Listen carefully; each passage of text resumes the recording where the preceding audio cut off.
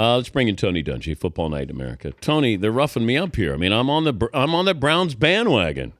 Well, they have to remember, DP, when you were growing up, there was no Cincinnati Bengals. Absolutely. So that's easy to figure out. Absolutely. I'll take that. It's not a dig. He's just pointing out something that is true. All right. Yeah, I was the same way. All right. So Cleveland. Let me start there. It's a fun story there. Hoyer.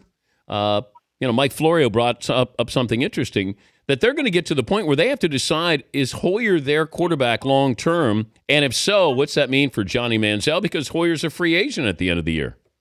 Exactly. They're going to have to decide if they're all in with him and the way they're playing. And I agree with you. You look at their schedule, they got a lot of winnable games.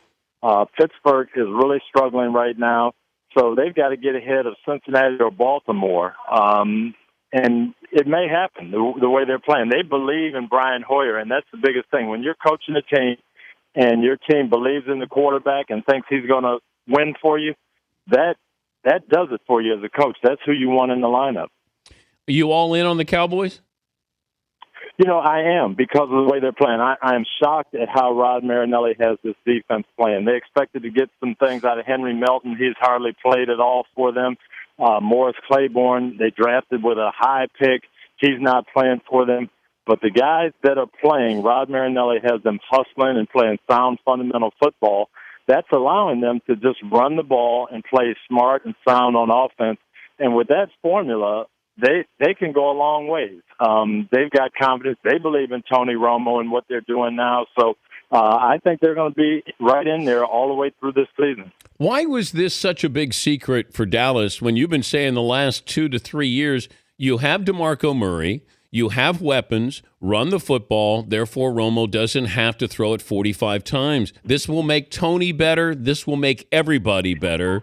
And you run the ball, you keep the defense off the field. I think it sounds very simplistic and hard to put into play, but you've been saying this for a couple of years.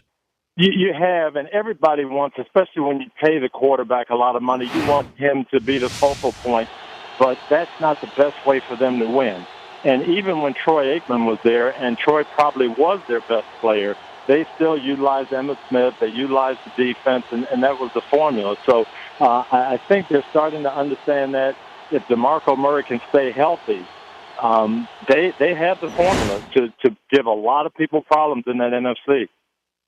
He's on pace for the most carries in NFL history. Can you limit what he does to preserve him for later in the season, Tone? Well, I think you can, and he doesn't have to carry it 30 times all the time. You get ahead and get the leads. You can run other guys, but he's going to have to carry the load for them, and that's the way they're going to win. I don't know how long it'll last. It may not be a 4 or 5 year thing, but for a couple of years, I believe he can do it. He's Tony Dungy from Football Night in America, joining us, Dan Patrick Show. The Seahawks, since the win over Green Bay, they've looked like mortals here. Would there be cause for concern if you're Pete Carroll? No, I wouldn't panic. And this is what we were out there on opening night, and everybody criticized me when I said, hey, it's going to be tough to repeat. That's just life in the National Football League, Dan. And you could have looked at this game, this Cowboys game, as soon as the season schedule came out and said, this is going to be a tough game. They're going all the way across country to Washington, playing on Monday night. They'll probably win that game. How much is that going to take out of them? Short week of preparation, long flight. Cowboys have the formula to win up there and run the ball. So you're going to have some of those. Seattle's going to be in there at the end. They've got a good team. They're physical. Are they going to be unbeatable and walk in Super Bowl? No, it's not going to happen. They're still going to be there, but they're going to have some ups and downs. All Super Bowl defending champs do. Explain to me how Aaron Rodgers can pull off the fake spike. We'll get to the Dolphins' role in this, but he doesn't even tell the team that he's doing it. Yeah, you have that. If you think you have someone out there, a defensive back that's going to fall asleep, you can do it. It's just a hand signal to the receivers. It was really a dangerous play. And Cortland Finnegan of Miami, if he plays it right, the game's going to end, and it's going to be one of those you roll the dice and lost. But Finnegan hesitated, let the receiver get out of bounds, and it looked like a good play. It's still not a high percentage play. Yeah, it's unbelievable. And if Finnegan forces the receiver inside, they have no more timeouts. Then he gets tackled. It's over, and he lets him get out of bounds. Unbelievable. Yeah, if you fake spike and you're going to throw a takeoff, a go route into the end zone, that's one thing. But to throw a hitch, I was really surprised. All right, Peyton can go for the record most touchdown passes in history next Sunday night against San Francisco. What's been the most amazing thing? Like you were there working with him, so that can spoil you when it comes to quarterback and preparation. But is there something that would surprise us with his preparation that led to this, that he throws for 500 touchdowns? I think it's the amount of times that he'll come up with something and say, we can run this and we can score with this. He's got 503 or whatever it is touchdown passes. Probably 300 of them came on stuff that you just run week in, week out, over and over.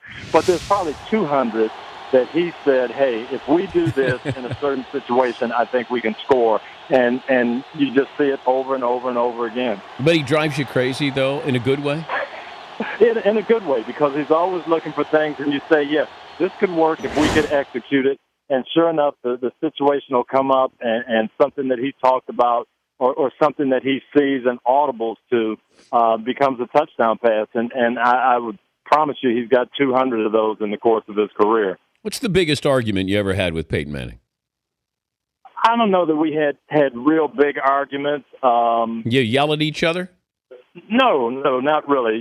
Probably our biggest thing was over whether we should have kids on the sideline on Saturday morning practice.